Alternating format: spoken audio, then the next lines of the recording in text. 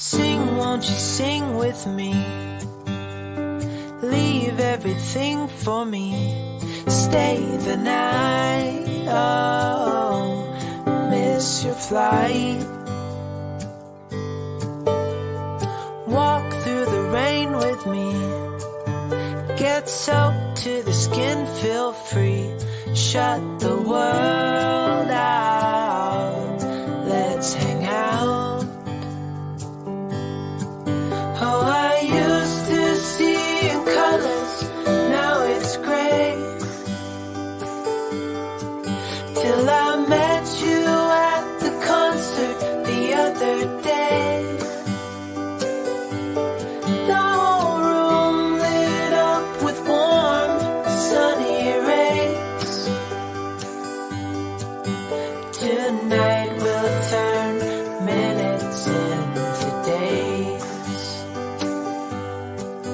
And nothing's gonna make me look away. Peel off a layer and breathe. Lift up your head and lead. Count the stars, oh, before you leave.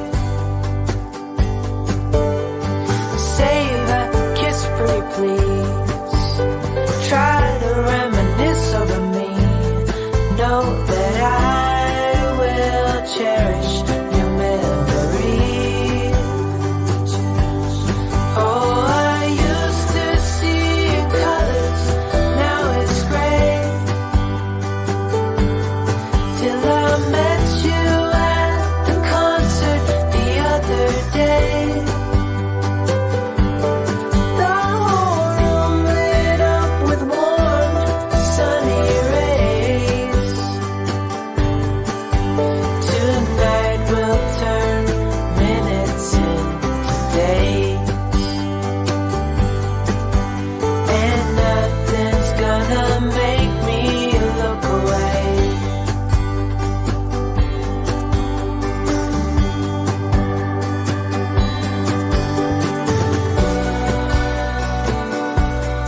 Lover or friend,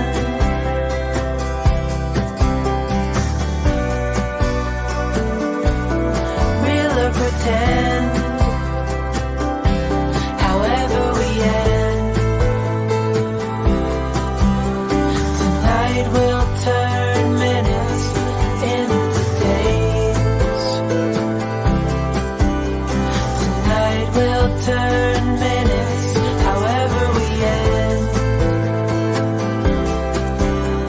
Tonight we'll turn minutes into days.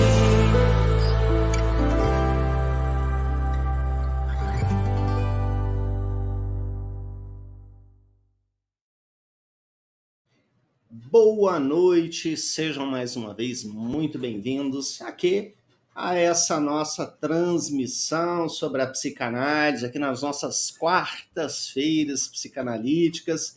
Estamos aqui transmitindo simultaneamente aqui no nosso canal do YouTube, através do canal Bruno Augusto, psicanalista, também através do canal do Ibrapsi. Estamos também aqui no canal do Instagram. E para aqueles que estão nos acompanhando no Instagram, eu faço aquele convite especial, migrem lá para o YouTube, o link está na bio, que lá a gente pode administrar muito melhor essa experiência. Então, para aqueles que já estão aqui conectados conosco, sejam novamente muito bem-vindos. Nós que estamos aqui continuando a falar sobre aquela temática super interessante e super fundamental. A psicopatologia do ódio e da raiva. Nós que já começamos a abordar sobre esse assunto, e claro, é um assunto super vasto e um assunto também super atual. Um assunto que ele invade o dia a dia da clínica psicanalítica. A raiva e o ódio é sempre algo que está presente no sentimento humano. É algo que é inerente, é impossível a um ser humano se neutralizar, se isolar, não sentir, não ser atravessado, não ser afetado pelo ódio ou pela raiva. Mas o ódio e a raiva têm a mesma natureza? Eles são a mesma coisa? E por isso, desde o nosso primeiro encontro, e essa aula já está gravada, está aqui disponível também nos nossos canais oficiais, nós percebemos que não. O ódio e a raiva são sentimentos diferentes. São manifestações, apesar de serem semelhantes, diferentes. O ódio é algo mais primitivo, mais original, mais virulento na vida do sujeito. E a raiva, um sentimento mais secundário. E na clínica, na prática psicanalítica, se faz fundamental para o analista a distinção desses dois sentimentos. Porque a condução diante dessas duas distintas manifestações faz total diferença. Conduzir de maneira adequada o ódio e a raiva levam o analisando ao amadurecimento correto diante disso que surge para ele. E nós vimos, desde os textos iniciais das contribuições freudianas, aquilo que o Freud então traz como elaboração em torno, então, do ódio e em torno da raiva. Quando se trata de psicopatologia, de explorarmos de fato do que se trata os sentimentos, devemos sempre levar em consideração, então, a profundidade e nunca a superficialidade. O que de fato esses sentimentos querem dizer? O que isso quer transmitir? Como a gente viu na transmissão passada, o ódio, então, segundo as concepções então freudianas, concepções psicanalíticas, o ódio tem a ver com uma autoconservação. Por isso é tão virulento, tão forte, tão marcante para o sujeito. E por isso, quando o sujeito odeia, ele tem uma marca tão forte, uma defesa tão forte, porque isso marca a subjetividade do sujeito. Como se isso, de certa forma, ameaçasse a integridade, a existência dele. Por isso o sujeito odeia tanto um objeto, uma pessoa ou uma situação. Porque ela ameaça a existência, a integridade do sujeito. A subjetividade é tão interessante na sua particularidade, na sua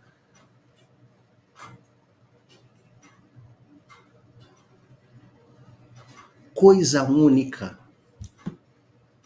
no seu escrito, nos seus traços singulares, nos seus traços únicos, que aquilo que pode ser banal para uma pessoa, para uma cultura, em uma condição, em outra condição, pode ser extremamente ameaçador para outra. Por isso, muitas pessoas, nas suas relações, têm tantos conflitos. Por isso que uma fala e um gesto desencadeia tanto furor, tanta raiva, tanta confusão, tanto distanciamento entre as pessoas. Porque uma simples fala, um simples gesto, é capaz de desencadear no outro um ódio, uma raiva, uma ameaça à sua existência tão forte que o sujeito cria uma aversão. Ele cria uma raiva, um ódio, um distanciamento, uma sensação de ser aniquilado, de perder tudo aquilo que construiu, porque foi ameaçado por uma fala, por um gesto, por um comportamento do outro. E muitas vezes esses pequenos gestos e essas pequenas situações estão presentes ali, nas pequenas relações do cotidiano. Por isso se faz importante entendermos tudo o que se passa ali, no ódio e também na raiva. Cirlei, seja muito bem-vinda. Uma alegria ter você conosco. Elaine, seja bem-vinda. Eliana, boa noite. Maria Lima, boa noite, seja bem-vindo. Bem-vinda. Daniel, bem-vindo. Marli, bem-vinda, Marli. Lúcia, obrigado pelo carinho. Boa noite, Bruninho, e a todos. Que alegria. Ana, uma grande alegria. O atraso está considerado. Que bom que estava em outra aula. O Daniel já coloca um comentário: a raiva é uma emoção básica. Sim, é uma emoção básica, todos nós sentimos, não estamos isentos, e devemos aprender a administrar. Nilza, seja bem-vinda. O Daniel ainda comenta: o ódio é uma transformação mais profunda da raiva. O ódio é primário, a raiva secundária, tá, Daniel? É necessário a gente fazer uma inversão disso. Mike, boa noite, seja bem-vindo. Elza, que alegria. Cristobal, obrigado pela sua presença, sempre aqui conosco. Yúdia, seja bem-vindo. Vivian, obrigado pela sua presença. Alessandra, bem-vinda. Ranulfo, bem-vindo também. E a Nilza já tem aqui também um comentário. Seria o gesto, a palavra, o objeto que ameaça, ou o sujeito, ou seria a sua interpretação? Nilza, muito bem colocada a sua questão. Sempre na psicanálise é muito importante, e vale ressaltar que aqui estamos também tratando da leitura daquela obra, da Marion Minerbo, Neurose e Não Neurose, que está aqui na tela para quem está nos acompanhando aqui para o YouTube. Quem nos acompanha aqui pelo Instagram, faça aquele convite, vai na bio, migra lá para o YouTube, que lá nós conseguimos administrar melhor as perguntas, as experiências, enfim. Nós estamos lendo aqui esse livro da Marion Minerbo, Neurose e Não Neurose. E um dos conceitos mais importantes aqui, Nilza, é o conceito de objeto na psicanálise. E quando tratamos desse conceito de objeto, muitas considerações são importantes. O objeto pode ser coisas inanimadas, podem ser animais, podem ser pessoas. Mas também devemos lembrar que o sujeito, ele é constituído. E como o sujeito se constitui? Por traços mnésicos. Que são os traços mnésicos? Aquilo que o sujeito percebe em seu ambiente e aquilo que ele captura e representa. Então, a sua pergunta é super importante e super perspicaz, pertinaz, porque o gesto, a palavra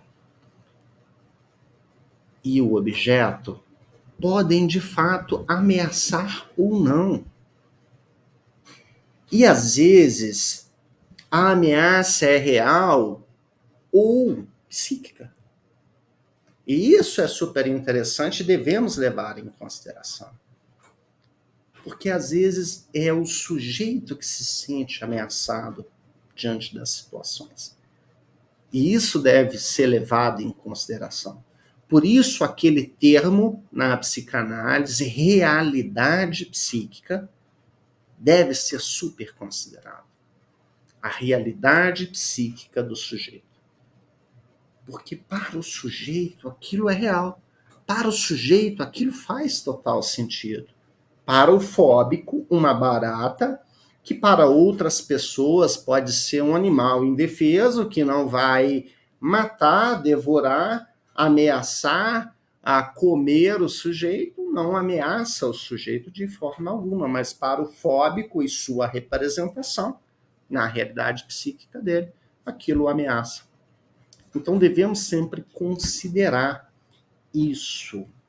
Então é muito importante, tá? Sempre levarmos isso em consideração, tá bom? Então, quando vamos falar sobre essa questão do ódio e da raiva, sempre vamos considerar esses dois aspectos, tá bom? Esse aspecto disso que também se evoca no sujeito. Essa experiência do ódio, que é essa experiência mais virulenta, que ameaça a vida, então, do sujeito. Então, o ódio surge como uma espécie de reação extrema, defensiva à própria existência do sujeito. E o que é interessante, quando falamos na psicanálise, é sempre lembrarmos que o sujeito se constitui. E o sujeito se constitui e atravessa fases em torno de seu desenvolvimento. Ele nasce, passa pela fase oral do desenvolvimento com suas características, fase anal do desenvolvimento com suas características, fase fálica do desenvolvimento com suas características, fase genital com suas características.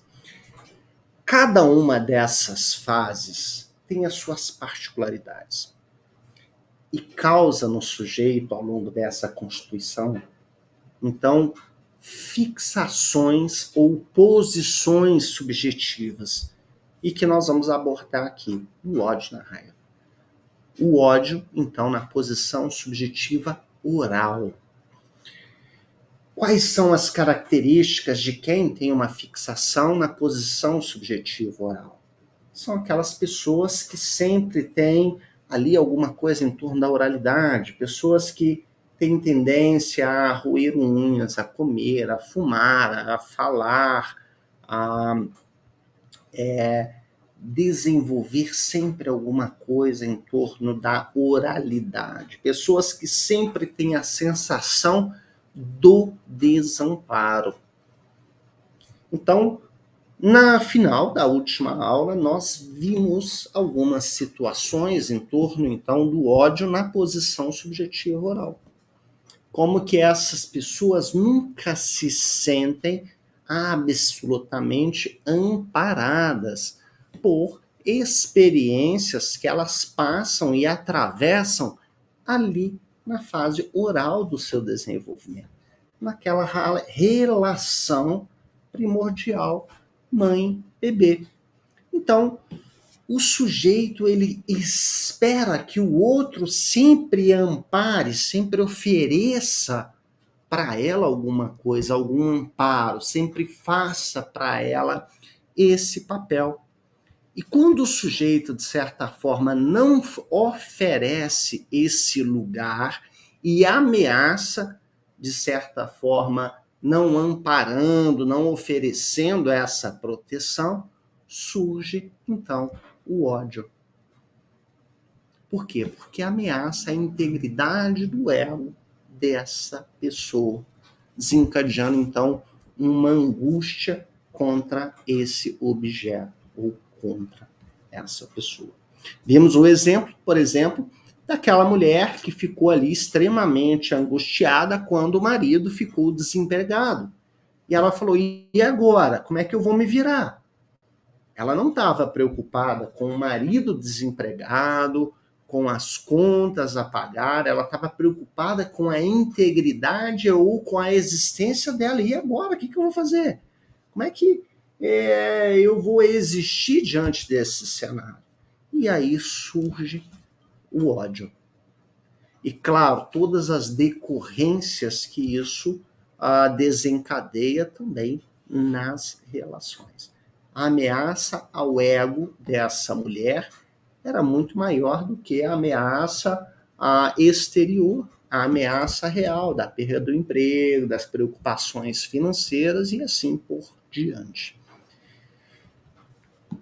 Além disso, surge também a humilhação aqui de ter que depender do outro. E aqui vai mais um grande exemplo da mulher que, de certa forma, ela não consegue, ao não conseguir exercer alguma de suas capacidades, ela interpreta como se ela não tivesse nenhum valor para o outro. Eu não consigo oferecer alguma coisa para o outro. Como se ela fosse extremamente vazia, desamparada. E se o outro, de alguma forma, exige dela esse lugar, ela desestrutura. Como ela não tem maturidade, muitas vezes egóica, de sair dessa posição e encontrar um novo lugar, encontrar uma nova posição, uma nova forma de ser, ela desestrutura e passa a atacar e odiar aquele objeto que desencadeia toda essa desestrutura nela. Então, esses são alguns exemplos então, do ódio na estrutura oral. E eu vou aqui já para algumas perguntas. Vamos lá. A Ana fez aqui um comentário que, Ana, eu vou pedir para você refazer, porque eu perdi aqui talvez o momento, tá? Você disse assim, professor, mas se é por alguma fala que a suposta pessoa não gostou, onde fica a nossa liberdade de se expressar? Se você puder formular novamente, eu fico agradecido, tá bom? Vilemir, boa noite, seja bem-vindo. A Lúcia diz assim, viver a raiva em suas devidas proporções é de grande valia. Lúcia, nós vamos chegar lá na raiva e nós vamos perceber que, na verdade, a raiva pode ser um grande motor, tá? A raiva pode caminhar o sujeito em direção ao desejo. O ódio, muitas vezes, direciona o sujeito rumo a uma suposta aniquilação. Tá? Nós vamos perceber que o Freud faz essa ligação do ódio com a autoconservação e também com a pulsão de morte. Em algum momento das suas leituras, ele coloca o sentimento de ódio até mesmo muito próximo dos sentimentos ou das manifestações de ordem psicótica, não como patologia, tá? Comportamentos de ordem psicótica, como se esses comportamentos saíssem de uma certa ordem racional, justamente pela ameaça que isso causa ao sujeito. Já a raiva pode direcionar o sujeito rumo ao desejo, se isso for bem direcionado e o sujeito tiver, claro, maturidade para lidar com isso, tá bom?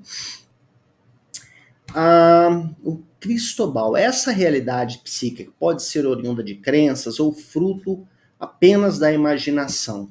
Ambos, Cristobal, tá? É parte da constituição do sujeito. Então, a constituição vem de onde? Das crenças, da onde o sujeito se constitui, do seu meio, da família, dos pais e também daquilo que ele capta e que ele representa. Então, essa realidade psíquica vem de ambos, tá bom?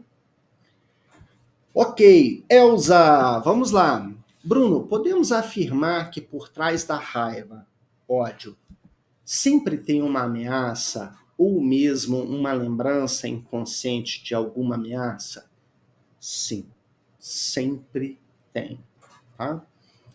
Elza, sempre os sentimentos devem ser considerados como decorrência. Tá? Sempre. Sempre, sempre, sempre. Tá bom? Pessoal, quem tá no Instagram, eu peço desculpas se eu não conseguir administrar as perguntas, tá? Eu consigo administrar melhor as perguntas lá no YouTube. Então, quem quiser fazer perguntas no Instagram, clica no link na bio, aqui, na bio, vai lá pro Instagram que eu respondo as suas perguntas. Então, olha só, Elza, nós sempre somos decorrência, somos quadros em branco, somos inscrições, sujeitos que se inscrevem. E sempre as nossas manifestações e as nossas reações são a partir de alguma coisa. Ninguém nunca se enfurece ou se enraivece ou odeia do nada. Alguma coisa desencadeia. Então, por trás disso, sempre há uma lembrança, sempre há um traço mnésico ou uma lembrança inconsciente. Então, sempre é possível a gente analisar isso e ver. No ódio, sempre ligado a essa ameaça do ego, à existência do sujeito. Na raiva, uma coisa um pouco mais branda, tá bom? A Vivian, a fase oral também está muito relacionada à ferida do abandono? Sim, porque a fase oral é a primeira fase do sujeito. Relação simbiótica com a mãe. Primeira relação transferencial que o sujeito vivencia. Primeiro contato. A relação simbiótica. Então, sim, a ferida do abandono começa ali. Alguns psicanalistas já dizem que há o trauma do nascimento. Super importante, e eu indico que vocês possam ler. Lá no vocabulário contemporâneo de psicanálise, vocês encontram essa terminologia, trauma do nascimento. Vale a pena buscar essa terminologia. Talvez eu possa até abordar ela lá no Psicanálise Sem Conceitos, para a gente poder esclarecer um pouco melhor. Tá bom, Vivian? Ok, vamos lá. Ok. Uma expressão, um gesto, uma fala, um questionamento podem ser um motivo que ativa o gatilho mental de uma dor? Claro, sempre vai ser assim, tá? Como a gente já respondeu aqui para a Elza, tá bom? Bacana! Yudia, muito bom. Luísa, bem-vindo. Juliana, seja bem-vinda. Tita, por que as mulheres expressam mais raiva e mais ódio? Super interessante, Tita, sua pergunta. Inclusive, tem uma série que saiu, que foi super interessante já há algum tempo. Também era um grande questionamento freudiano, né? O que querem as mulheres? Freud sempre se questionava sobre isso. E é super interessante, Tita, eu vou deixar a sua pergunta aqui e vou fazer apenas tracejos, tá? Porque não é tanto aqui o direcionamento desse nosso conteúdo, mas não posso deixar de dizer aqui. Existe uma frase célebre na psicanálise que diz: o superego é herdeiro do complexo de Édipo. E acredito que vocês já tenham ouvido isso em algum momento. O superego é herdeiro do complexo de Édipo. E é super interessante essa frase. E claro, se o complexo de Édipo nos meninos, ele nasce e se finda com a castração. porque o complexo de Édipo masculino e feminino acontece em ordens diferentes, em tempos diferentes, e nas mulheres, de certa forma, o Édipo não se finda, mas permanece durante a vida da mulher, ele não se dissolve com a castração como acontece no homem. Então, alguns sentimentos que no homem seriam mais brandos devido ao superego, não seriam tão brandos nas mulheres. O superego feminino seria um pouco menos intenso do que no superego masculino, por isso algumas manifestações femininas são mais intensas do que no masculino. Existe um pequeno livreto chamado Masculino e Feminino que vale a pena ser lido, e eu exploraria, Tita, os tempos do Édipo no masculino e no feminino, tá bom? Depois eu volto aqui e respondo mais algumas perguntas e vamos continuar aqui com o ódio na posição subjetiva anal. Fase anal do desenvolvimento, o sujeito se gratifica mais com uma conquista crescente.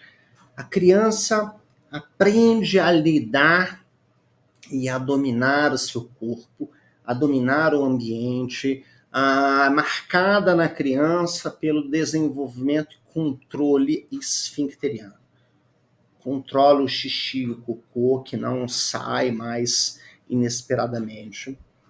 Eu sei que a minha mãe se preocupa com o meu xixi, com o meu cocô, e eu sei que às vezes ela olha para o xixi e o meu cocô, e eu sei produzir o meu xixi e o meu cocô, produzo quando quero, retenho, e sei que se a minha mãe vai sair, eu faço cocô, ela volta, ou se eu não faço cocô, ela fica perto de mim, porque ela precisa ver que eu faço cocô, e assim eu controlo não só a mim mesmo, mas controlo o ambiente ao meu redor.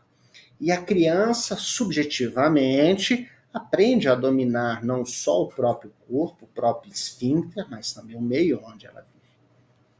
E a posição subjetiva anal, então, se gratifica com essa conquista crescente da autonomia do seu próprio ego em relação a esses objetos.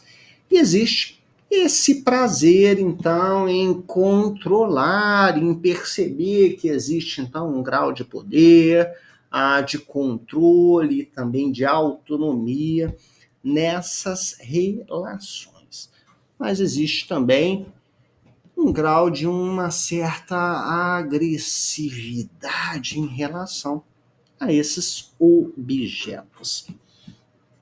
E quem está nessa posição subjetiva, ela precisa que o outro, que esse outro objeto, que essa outra pessoa, seja capaz de tolerar graus crescentes de autonomia e de que sobreviva também a essa agressividade contida nesse processo. Que agressividade? De ser dominada e de ser controlada por quem está nessa posição. Um certo controle que, então, quem está nessa posição exerce sobre o outro. E quando esse objeto falha diante dessas funções, o sujeito sente ódio dele. As pessoas controladoras são pessoas que estão sempre nessa posição subjetiva, então, anal. Onde está a ameaça do ego nessas pessoas? Com as angústias, então, de separação e de intrusão. O sujeito odeia aquelas pessoas que se ausentam e que abandonam ela para estar com outras pessoas. Porque ela perde, assim, essa dominância e esse controle sobre o outro. Sobre si e sobre o outro. Então é super interessante, por exemplo, temos aqui um exemplo de um marido que ele não tem tanta autonomia psíquica e depende muito da presença da esposa para que ele se sinta, então, integrado e capaz. Ele faz essa dominância sobre ela. E ele fica extremamente enfurecido quando ela não está em casa. Quando ele volta para casa e ela não está lá.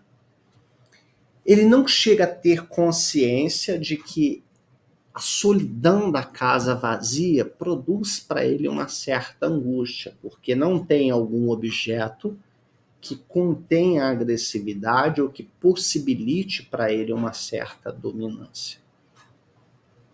E quando eles estão juntos, ele joga sobre ela toda essa agressividade. E ele se enfurece se ela, de certa forma, discorda dele. Mas ele não tem consciência que ele necessita de uma autonomia de pensamento. E que é isso que, de certa forma, o enfurece.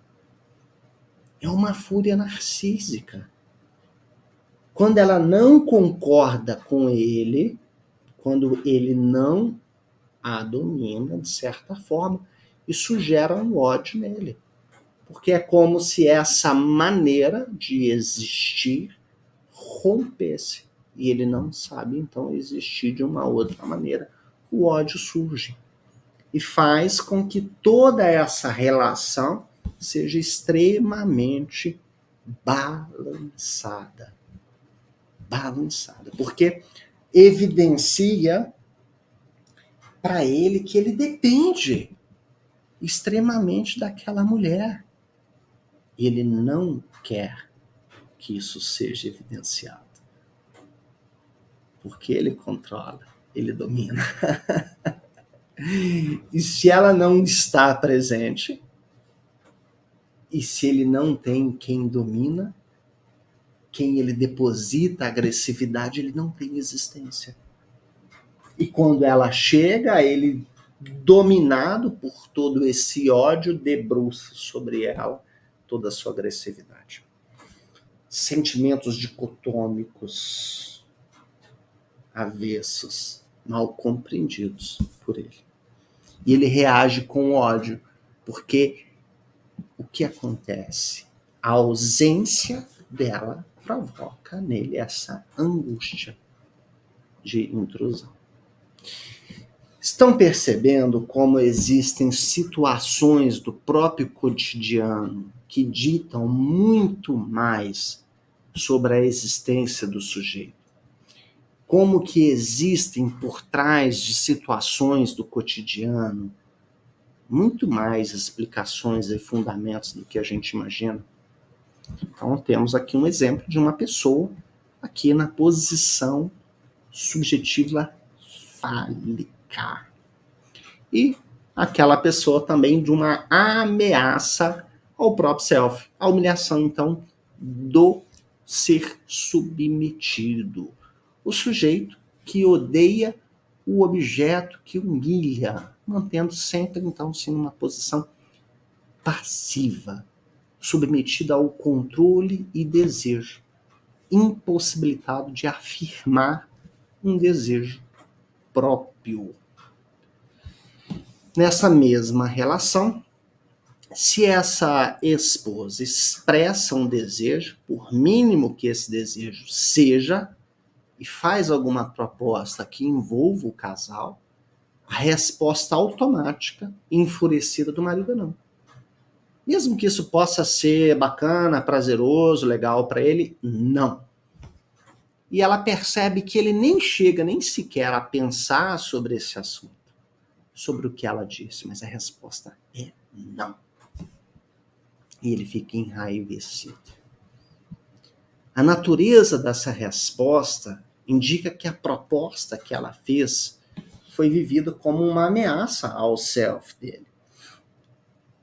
Não pelo pavor de se deixar submeter e de ocupar uma posição passiva nessa relação. E se ela insiste, isso arranha, de certa forma, o narcisismo dele, e ela vai se transformar imediatamente numa inimiga extremamente odiada. E claro, a mulher nessa condição vai manter ali uma equação dessa relação para que o marido não permaneça enfurecido. Antes da gente passar para o ódio na posição subjetiva fálica, vou retornar então aqui para as perguntas. Vamos lá. Bacana.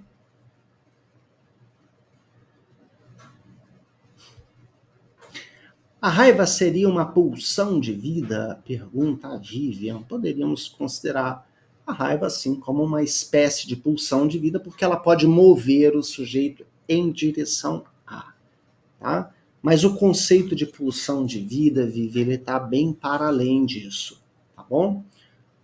Ódio e raiva pulsiona morte. Tita, o ódio está ligado, sim, a uma certa pulsão de morte nos termos psicanalíticos. A raiva não, tá bom? Cristobal, como identificar quando a raiva e o ódio é oriundo de crenças ou de imaginação? Precisamos ir entendendo o sujeito e precisamos ir ali percebendo isso, tá? Existem várias situações, Cristobal, que devemos sempre considerar que toda a criação do sujeito vem das suas crenças e de sua imaginação, sempre. Algumas vão ser mais conexas com a realidade e outras vão ser mais fantasiosas. A análise vai ajudar o sujeito a ir distinguindo isso, tá? Fantasias das realidades. Ok. A Lúcia, nossa, muito difícil ter vindo ao mundo sem manual. É difícil, Lúcia, mas bem-vindo ao mundo. A Ana retornou aqui, vamos lá. Como lidar com esse comportamento de ameaça vindo do outro e até mesmo do nosso interpretar uma palavra errada que pode se tornar um ódio oculto e como contornar esta situação. Ana, essa situação é realmente muito delicada. Tá? Esses dias eu até postei isso lá no Psicanálise Sem Conceitos, que é aquele projetinho que eu mantenho lá no meu Instagram, onde eu abordo alguns termos da psicanálise, onde se falava sobre relacionamentos abusivos, e esses dias eu me perguntei, se fala tanto sobre relacionamentos abusivos, e será que tudo é tão abusivo assim? Ou será que as pessoas não têm mais capacidade de suportar alguma espécie de contradição àquilo que pensam ou sentem? Relacionar-se é sempre uma violência. Viver, namorar, relacionar, ter amigos é sempre uma violência em relação ao outro. Amar é um ato de violência em relação ao outro. Então é sempre necessário a compreensão, o diálogo, um certo sacrifício, uma certa maturidade de querer compreender o outro. O problema é que hoje as pessoas estão tão à flor da pele e basta muitas vezes que uma palavra desencadeie muita coisa. E as pessoas estão cada vez mais com menos suporte psicológico para lidar com muitas frustrações. E querem muitas vezes projetar isso sobre o outro. Sempre o outro é o responsável pelas minhas angústias, pelas minhas dores. O outro pode sim desencadear muitas coisas. E desencadeiam. E nós não podemos, de certa forma, excluir isso das nossas realidades. Mas muitas vezes não podemos também excluir que nós representamos e criamos muitas dessas ameaças também. Então, é sempre importante lembrarmos disso. Será que foi isso que o outro quis fazer, falar, dizer, de fato? Então é super importante isso. A comunicação é sempre isso, né? Sempre pode haver esse erro, esse deslize, essa coisa. Mas percebo que há também uma sensibilidade ou uma falta de sensibilidade nas relações que acabam desencadeando muitas vezes esse ódio, essa raiva de forma desenfreada ou exacerbada ou muito intensa, muitas vezes por uma falta de capacidade das pessoas de tolerar as suas próprias frustrações. Não sei se conseguir responder bem a sua pergunta, tá, Ana? Ou enquadrar bem aqui a tua situação, tá bom? Maravilha! Vamos lá, então, para o ódio na posição subjetiva fálica. Posição fálica do desenvolvimento, então estaremos falando aqui da terceira fase do desenvolvimento. Quem está nessa posição, então, subjetiva, advém de uma posição ou de uma experiência de estar podendo, ela quer experimentar, de aparecer mais do que o objeto. E que supõe que o objeto, então, aceite essas experiências, sem qualquer retaliação, sem qualquer posicionamento, e ficar na posição de quem é menos, pode menos ou tem menos brilho. E é super interessante a gente perceber isso, as crianças que estão na fase fálica do desenvolvimento, ali entre os 4, 5, 6, 7 anos, são crianças que tendem a menosprezar as crianças menores do que elas, como se elas quisessem dizer, olha, tudo bem, não vamos brincar aqui, vocês aceitem, vocês não têm a nossa idade, não têm o nosso poder, se quiserem brincar conosco é da nossa maneira. Né? Porque elas já sentem que estão um pouco mais crescidas, que têm aqui um pouco mais de conhecimento, de desenvolvimento, já estão quase se tornando ali mini adultos, etc. E essas pessoas que estão aqui nessa fase, elas odeiam o objeto que rivalizam com ela, essa competição. Então, essas pessoas que ocupam ele mesmo, esse lugar único e tão cobiçado, de quem pode, não pode, de quem tem, não tem, de quem é e não é. Aonde está a ameaça que faz surgir o ódio nessas pessoas? É justamente aquilo que invade a fase fálica do desenvolvimento, angústia de castração. Aquelas pessoas que vão ficar rivalizando o tempo todo, competindo o tempo todo, quem consegue fazer mais, quem vale mais, quem fala mais, quem consegue fazer mais. Que é justamente o que as crianças nessa fase do desenvolvimento fazem. Disputar quem tem mais força, quem é mais fálico, quem tem mais poder. É o casal que fica brigando o tempo todo, tentando competir quem tem mais poder, quem tem mais razão sobre todas as situações da casa.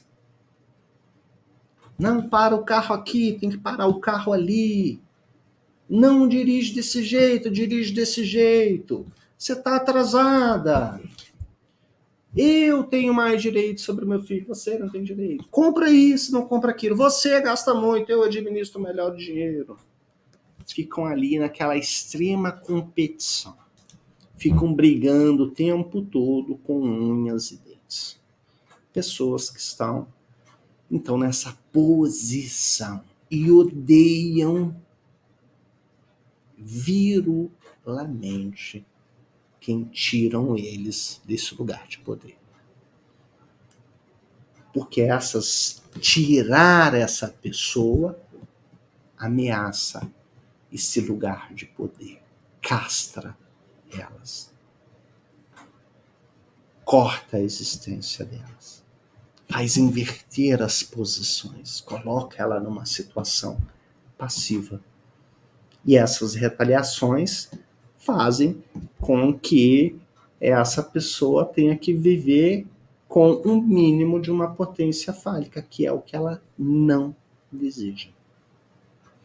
Então, essas pessoas vão viver nessa constante busca, então, de poder, de querer viver rivalizando. E eu tenho certeza que vocês conseguem localizar aí pessoas que vivem nessas disputas. Tá?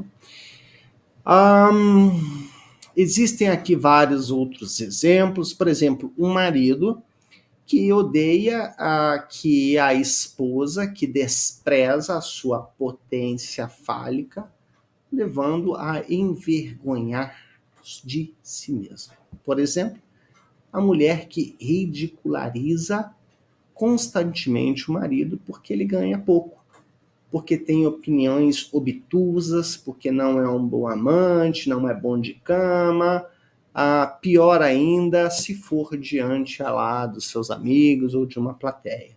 O sujeito passa a odiar essa mulher ou esse objeto que o ridiculariza, ocupando então uma posição de superioridade maior do que a dele. Então isso gera um grande ódio nele. E o ódio subsequente da posição genital. Essa posição genital, poderíamos dizer que seria um ódio de uma posição subjetiva um pouco mais amadurecida, que existe já aqui um prazer narcísico, e quem ocupa essa posição subjetiva consiste em ser, então, incluído pelo objeto, ser incluído pelo outro, em uma relação de parceria produtiva, de uma parceria onde há gratificação de ambos nessa relação. O sujeito espera, então, que o outro o reconheça, que o outro o valorize em sua singularidade, em sua particularidade, estabelecendo, então, uma relação de igual para igual. Quando surge o ódio nesta situação? Quando há exclusão. Quando há exclusão e o sujeito não reconhece essa particularidade do outro, essa singularidade, essa complementaridade, surge aí o ódio. Quando uma mulher, por exemplo, ou um homem, numa relação, não reconhece que a vida de um casal pode ser equivalente. Faz desprezo, faz indiferença. Então, quem está na posição subjetiva genital, a grande angústia que faz surgir ódio é aqui esse desprezo, esse não reconhecimento de complementaridade. Tá bom? Vamos aqui então às nossas perguntas. Ok. Vamos organizando. Ângela, seja bem-vinda. Dorinha, bem-vinda. Maria Lima, boa noite.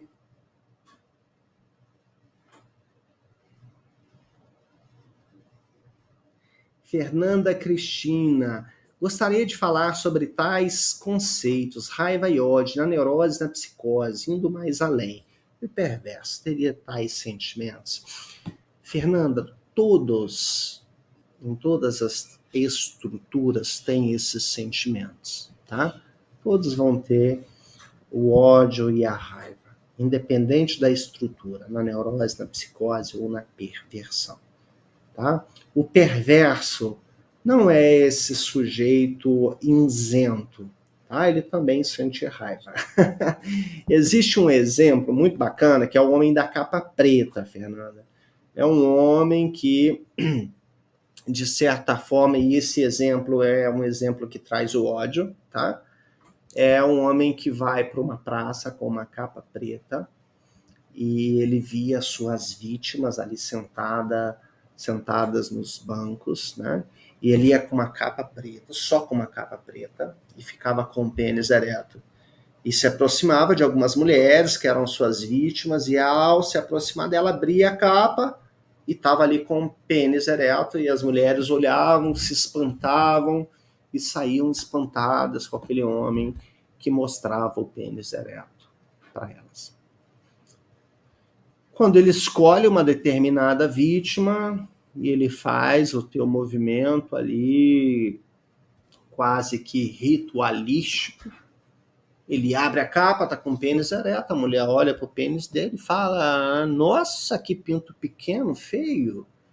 E ele sente um extremo ódio, porque aquela mulher quebrou toda a existência dele. Fecha a capa envergonhado e vai embora. Ela gerou ódio nele. Então os perversos também sentem ódio. Ela quebrou toda a existência egóica deste homem perverso. Então, o ódio também está presente ali na perversidade. Tá bom? Então, na psicopatologia, sempre devemos avaliar tudo isso. Psicóticos sentem raiva, vemos isso muito, como eles se enfurecem, etc. Pode ser um assunto para um próximo momento. Tá bom? Bacana. Opa, a Fernanda é o Pedro Pardini. Pedro, que alegria. Bacana, quanto tempo, hein, Pedro? Pedro frequentava lá o Instituto Ários, lá em Divinópolis. Grande alegria, prazer ter você aqui, viu? Muito bom, me deixou muito feliz agora, viu? O próprio ato de nascer é traumático para si e crescer, dependendo do meio e a forma de quem vai conduzindo o crescimento da criança, já é um grande desafio, com certeza. O desenvolvimento sempre é, de certa forma, traumático. Há uma concepção de trauma super incrível, Maria, que eu acho assim muito esclarecedora, né? O que é o trauma? Trauma é toda situação onde o sujeito, egoicamente, não tem uma defesa pré-determinada. Isso nos ajuda a compreender muita coisa, tá bom? Luciana, boa noite, uma alegria, tá bom? Jaci, boa noite, muito bom. Bacana. Ok. Vamos lá.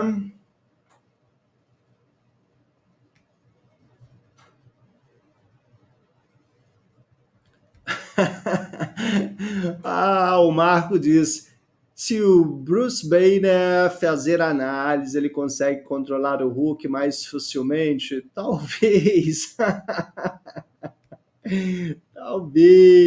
talvez. Érica, boa noite, seja bem-vinda. Rosângela, boa noite. Luciana, boa noite também. A temática é super incrível, né? Pessoal, olha só, a raiva é esse sentimento, então, um pouco mais secundário. Nós falamos aqui sobre o ódio. O ódio é muito bacana a gente falar sobre ele. O ódio é virulento, o ódio é agressivo, o ódio ameaça a existência do sujeito. O Freud fala que o ódio tem a ver com a autoconservação, pois a simples existência do objeto representa uma ameaça ao narcisismo do sujeito. Por isso que o sujeito fica tão balançado, como a gente viu em tantas situações.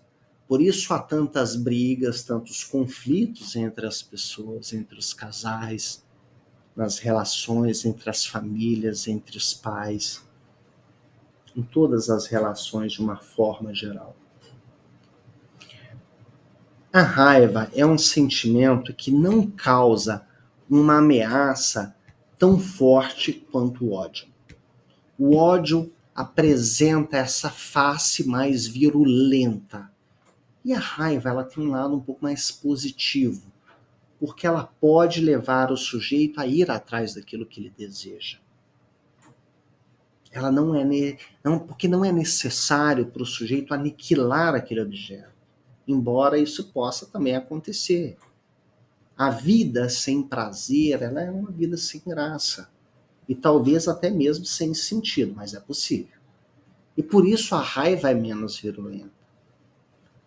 Já o ódio, por trás dele, sempre há o objetivo de tentar aniquilar o objeto. Ai, que vontade de matar! Aniquilar, eliminar a vida do objeto e do sujeito, porque torna impossível a vida do sujeito, a existência, ameaça o ego do sujeito. Já a raiva, não. A raiva, muitas vezes, é somente uma descarga, uma tentativa do sujeito de descarregar toda uma intensidade. Às vezes, simplesmente uma função defensiva e não um aniquilamento. Por exemplo, um ataque de raiva que uma criança tem. Claro, isso pode ir crescendo a ponto de desorganizar também uma criança, mas muitas vezes esse ataque de raiva tem só uma função defensiva. O sujeito espera muitas vezes uma função gratificadora e às vezes se defende diante disso, com raiva. No ódio, o sentimento é sempre de querer aniquilar, eliminar, porque ameaça a existência do sujeito. Tá? Vamos rapidamente, para a gente finalizar e não ultrapassar muito o nosso tempo, para a raiva na posição subjetiva oral, anal, fálica e genital. Na posição subjetiva oral, quando o sujeito, então, deseja estabelecer uma relação onde existe uma fonte contínua de gratificação. E ele encontra ali uma posição muito receptiva, que apenas usufrui daquilo que é oferecido. E quando o objeto é concebido como dotado de uma capacidade inesgotável de doação. É quando, por exemplo, uma esposa espera que o marido sempre ofereça para ela presentes, viagens, lazeres, flores, etc, etc, etc. E ela fica com raiva quando ele não lhe dá. Não é ódio, é uma raiva. Quando ele frustra os seus desejos, a sua fonte inesgotável de prazeres. Uma pessoa que sente raiva na posição subjetiva anal é aquela pessoa que depende sempre que o outro aceite as manifestações desse seu, então, erotismo em torno dessa posição subjetiva. É o caso, por exemplo, do marido ou de uma pessoa que espera que o outro se deixe maltratar ou se submeta à sua forma de ser, tendo ele prazer ou não com isso. E ele sente raiva se essa pessoa não se presta a isso. Raiva na posição subjetiva, não. Raiva na posição subjetiva fálica. É aquela pessoa que vai, de certa forma, aceitar a ficar numa posição mais apagada que o outro.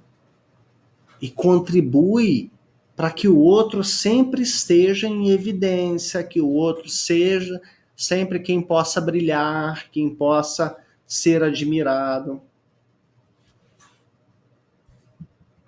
E aí, uma pessoa falha em fazer isso. Uma pessoa que, por exemplo, faz com que ela obtenha mais elogios do que o parceiro ou que a parceira. Tira o brilho um do outro. Isso pode gerar raiva.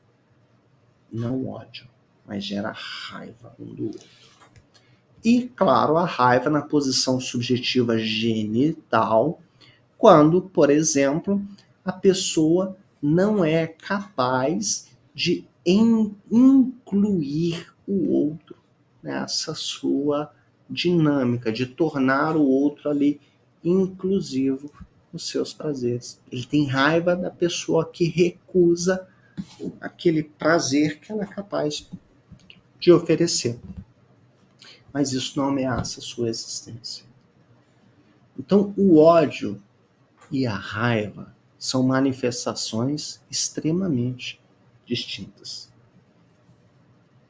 O ódio é aquilo que ameaça a existência do sujeito, que faz sentir desejo de aniquilar o outro, de eliminar o outro. E a raiva não. A raiva simplesmente frustra, causa frustração, as expectativas que o sujeito tem sobre o outro. Tá bom? Muito bom! Pessoal, já estamos aqui chegando ao final da nossa transmissão. Hoje extrapolamos um pouco aqui o nosso tempo, mas agradeço a paciência de vocês por terem acompanhados aqui, a nossa transmissão. Não deixem de compartilhar também essas transmissões também com os conhecidos, com os amigos. Façam aí os prints, compartilhem lá nas redes sociais, deixem os likes, os comentários, porque é super importante.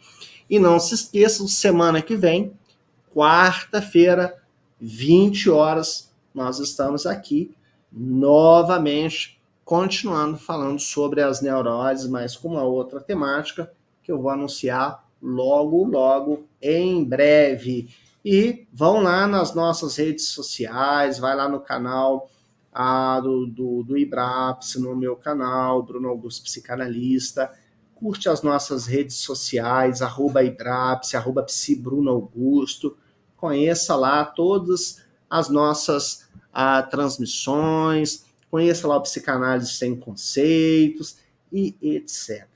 A todos vocês desejo uma boa noite, um bom restante de semana. Eu aguardo vocês quarta-feira que vem para a gente continuar discutindo que as nossas temáticas psicanalíticas. Muito obrigado a todos vocês, uma boa noite e tchau.